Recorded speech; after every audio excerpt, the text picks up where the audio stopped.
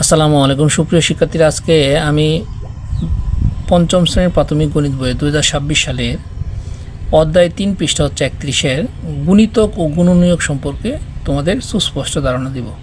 চলো আমরা প্রথমে গুণিতক এবং গুণনীয়ক কাকে বলে সেটা জেনে নিই। আমরা এখন গুণিতকের সংজ্ঞা লিখব।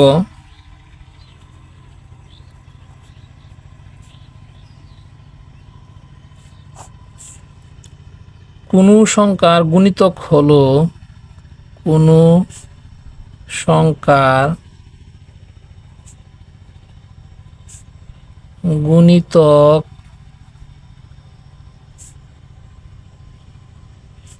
হলো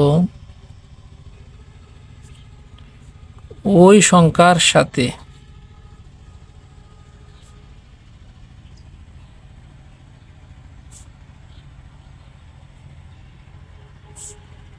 যে কোনো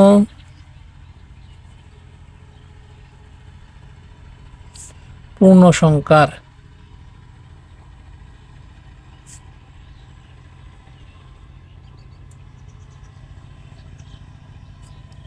গুণফল।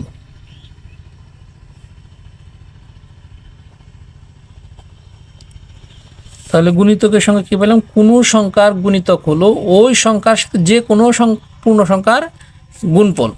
চলো আমরা গুণিতকের উদাহরণের সাহায্যে গুণিতকটা আমরা জানি, তাহলে সবচেয়ে ভালো হবে। মনে করো 20 একটা সংখ্যা, এখন 20-এর গুণিতক আমরা বের করব। তাহলে 20-এর সাথে যে কোনো পূর্ণ সংখ্যা গুণ করি।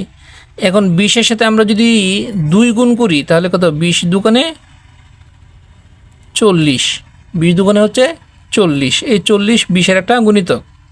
আবার 20-এর সাথে যদি আমরা 3 গুণ করি, 3 20-এ 60, তাহলে 60 হচ্ছে 20-এর আরেকটা গুণিতক। 20-এর সাথে যদি আমরা এখন 4 গুণ করি, অর্থাৎ এই যে সংখ্যাটা দেওয়া থাকবে এই সংখ্যার সাথে আমরা যে কোনো পূর্ণ সংখ্যা গুণ করে গুণফলটা লিখবো। তাহলে লিখলে যে সংখ্যাগুলো বের হবে এগুলো হচ্ছে ওই সংখ্যার গুণিতক। এখন 20-এর সাথে যদি 4 গুণ করি, 4 20-এ 80। 20-এর সাথে যদি আমরা 5 গুণ করি তাহলে হবে 5 20-এ 100। 20-এর সাথে যদি আমরা 6 গুণ করি তাহলে হবে 120। এইভাবে কিন্তু যেতেই থাকবে। অর্থাৎ আমরা যে কোনো পূর্ণ সংখ্যার গুণিতক কিন্তু অসংখ্য, কোনো নির্দিষ্ট না, যে কোনো। আবার বলতেছি, অনেক সময় সংক্ষেপে প্রশ্ন উত্তর আসে যে কোনো পূর্ণ সংখ্যার গুণিতক নির্দিষ্ট না অনির্দিষ্ট। তাহলে আমরা কি লিখব? অনির্দিষ্ট, অর্থাৎ অসংখ্য। অর্থাৎ এভাবে যেতে থাকবে। তুমি যদি 20-এর সাথে 1 কোটি গুণ করো তাহলে হবে 20 কোটি। এই 20 কোটি 20-এর একটা গুণিতক। আমি যদি আরও কয়েকটা সংখ্যা লিখে তোমাদের উদাহরণ দিই তাহলে তোমরা আরও সুস্পষ্ট ধারণা লাভ করবে। মনে করো 12 একটা সংখ্যা। এই 12-এর সাথে যদি আমরা 2 গুণ করি, 12 দুগুণে 24, তাহলে 24 হতেছে 12-এর একটা গুণিতক। আবার 12-এর সাথে 3 গুণ করলে 3 12 36, এই 36 হচ্ছে 12-এর একটা গুণিতক। 12-এর সাথে 4 গুণ করলে 4 12 48, এই 48 হচ্ছে 12-এর একটা গুণিতক। 12-এর সাথে 5 গুণ করলে 5 12 60, 60 হচ্ছে কি? 12-এর একটা গুণিতক। 12-এর সাথে যদি 6 গুণ করি, 6 12 72, 72 হচ্ছে 12 আরেকটা গুণিতক। 12-এর সাথে যদি আমরা 7 গুণ করি, 7 12 84, 84 12-এর একটা গুণিতক। 12-এর সাথে যদি 8 গুণ করি, 8 12 96, 96 হচ্ছে 12-এর একটা গুণিতক। এভাবে যেতেই থাকবে। অর্থাৎ যে কোনো পূর্ণ সংখ্যার গুণিতক হইতেছে অসংখ্য। অর্থাৎ তুমি এই সংখ্যার সাথে তুমি যে কোনো সংখ্যা গুণ করে গুণফল লিখবা, এটাই হলো এই সংখ্যার গুণিতক। আশা করি তোমরা বুঝতে পারছো। আর পরীক্ষায় কিন্তু সর্বোচ্চ সংক্ষেপে প্রশ্ন উত্তর আসে যে কমপক্ষে 4টি গুণিতক লেখো, অথবা 3টি গুণিতক লেখো, অথবা 2টি গুণিতক লেখো।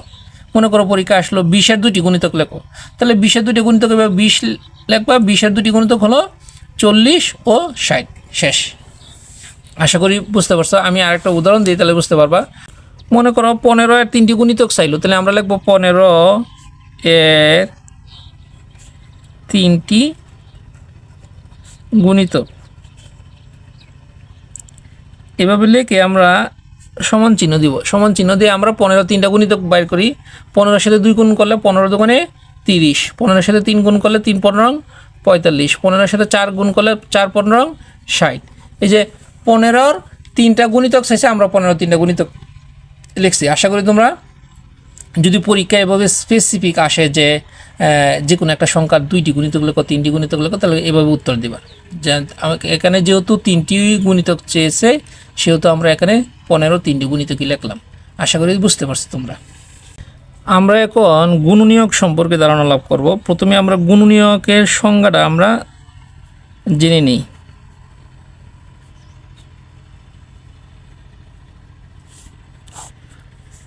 গুণনীয়কের সংজ্ঞাটা আমরা লিখব কোনো সংখ্যার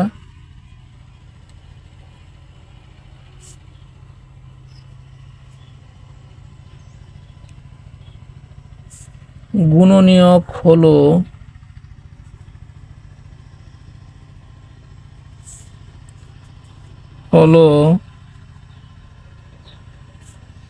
সেই সব সংখ্যা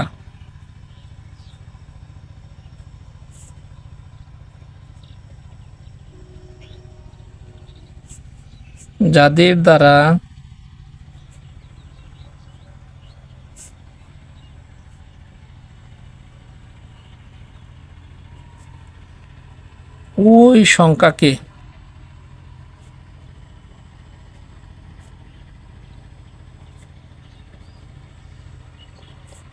ওই সংখ্যাকে ভাগ করলে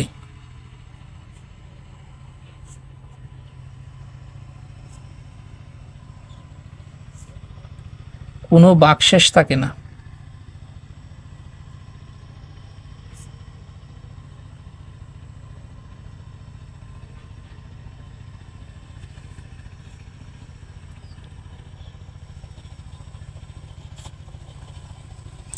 তাহলে আমরা কি পাইলাম? কোনো সংখ্যার গুণনীয়ক হলো সেই সব সংখ্যা যাদের দ্বারা ওই সংখ্যাকে ভাগ করলে কোনো ভাগশেষ থাকে না।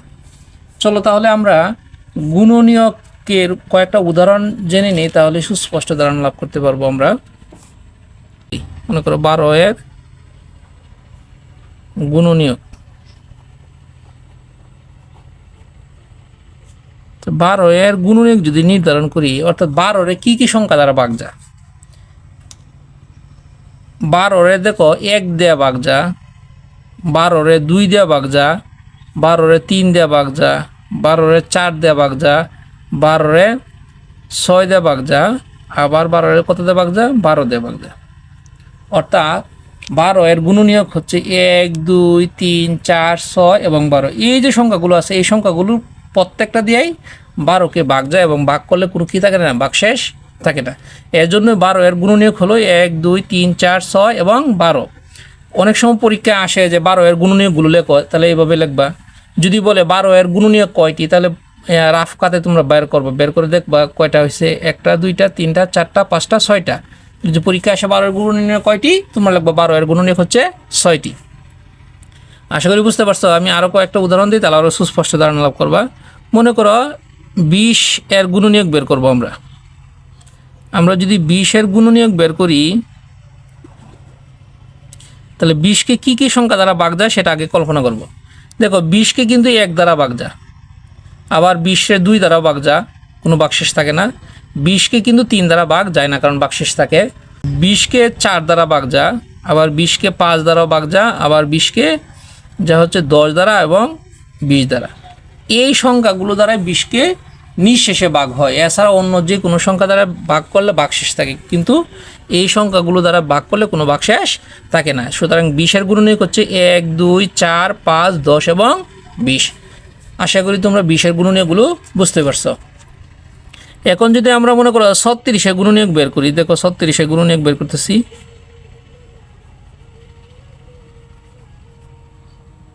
তাহলে 36 এর গুণনীয়ক কি হইতেছে দেখো, 36 এর 1 দ্বারা ভাগ যা, 36 এর 2 দেওয়া ভাগ যা, 36 এর 3 দেওয়া যা, 4 দেওয়া কি ভাগ যা, 4 নং 36, হ্যাঁ 4 দেওয়া ভাগ যা, 6 দেওয়া ভাগ যা, 6 6 36, হ্যাঁ।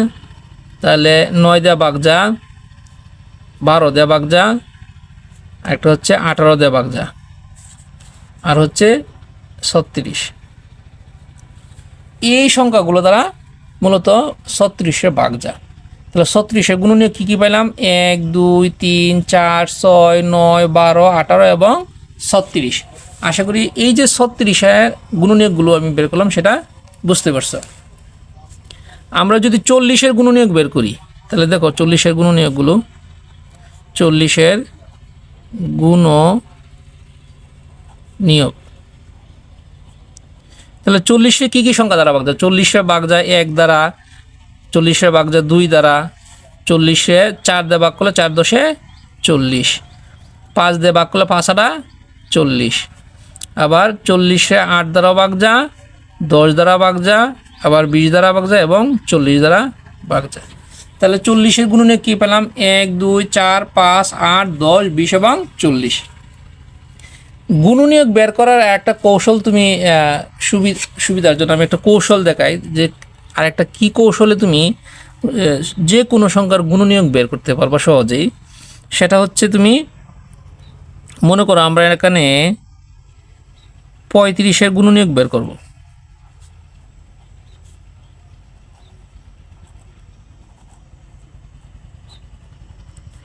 এখন 35-এ কী কী সংখ্যা দ্বারা ভাগ যায় সেটা তো আমি জানি না। এই ক্ষেত্রে আমি আলাদা রাফ করব, রাফ করে আমি দেখব 35-এ আমি এইভাবে ভাগ করব। আমরা যদি 35-এ তো 1 দিয়ে তো নর্মালি যে কোনো সংখ্যার দরকার নাই, আমরা 2 দিয়ে ভাগ যায় না, আমরা যদি 3 দিয়ে ভাগ করি তাহলে 3 দিয়ে ভাগ যায় না, আমরা যদি 5 দিয়ে ভাগ করি তাহলে 5 7 35। দেখো 35-এ কিন্তু আর কোনো সংখ্যাতে ভাগ যেতেছে না। তাহলে কী কী পাইলাম আমরা? এনে তো 5 7 আছে, 5 এবং 7 দুইটা দ্বারাই 35-এ ভাগ যা। তাহলে আমরা নর্মালি প্রথম লিখব 1, 1 যে কোনো সংখ্যার গুণনীয়ক, এটা লিখতে হবে 1। তারপর যেহেতু আর কোনো সংখ্যা 5 এবং 7 ছাড়া আর কোনো সংখ্যা নাই, তাহলে আমরা এখানে লিখব 5 7 আর একটা হচ্ছে 35। একটা জিনিস সবসময় মনে রাখবা যে 1 এবং ওই সংখ্যা কিন্তু সবসময় থাকবে, অর্থাৎ এই 35-এর যখন 1 আছে এবং 35 আছে, এর আগে যে 40 করলাম এই 40-এর ক্ষেত্রে গুণনীয়ক দেখো 1ও আছে এবং 40ও আছে। আশা করি তোমরা এই 35-এর গুণনীয়কটা বুঝতে পারছো। আমরা এখন যদি 50-এর গুণনীয়ক বের করি, 50-এর গুণনীয়ক, তো 50-এর গুণনীয়ক কী কী দেখো? আমরা যদি 50-এ 2 দিয়ে ভাগ করি তাহলে 25 দুগুণে 50, আবার 50-এ যদি আমরা 5 দিয়ে ভাগ করি 5 10 50, 50-এ আর কোনো সংখ্যা দিয়ে ভাগ যায় না। তাহলে আমরা এখানে পাইলাম দেখো 2 এবং 25, এখানে পাইলাম 5 এবং 10। তাহলে সবার প্রথম লিখব 1 দ্বারা ভাগ যা, তারপর 2 দ্বারা ভাগ যা, তারপর 5, তারপর 10, তারপর হলো 25, তারপর হলো 50। সংখ্যাগুলো সিরিয়ালি লিখতে হবে, অর্থাৎ ছোটো থেকে বড় ক্রমান্বয়ে সুন্দর করে লিখতে হবে, এলোমেলো করে লিখলে কিন্তু হবে না। তাহলে 50-এর গুণনীয়ক কী কী পেলাম? 1 2 5 10 25 এবং 50। আশা করি তোমরা এই গুণিতক এবং গুণনীয়ক সম্পর্কের যে ধারণাটা সেটা লাভ করতে পারছো। সুপ্রিয় শিক্ষার্থীরা, আমার ভিডিওগুলো যদি তোমাদের ভালো লেগে থাকে তাহলে অবশ্যই আমার চ্যানেলটি সাবস্ক্রাইব করে আমার পাশে থাকবা। সকলকে ধন্যবাদ। আসসালামু আলাইকুম।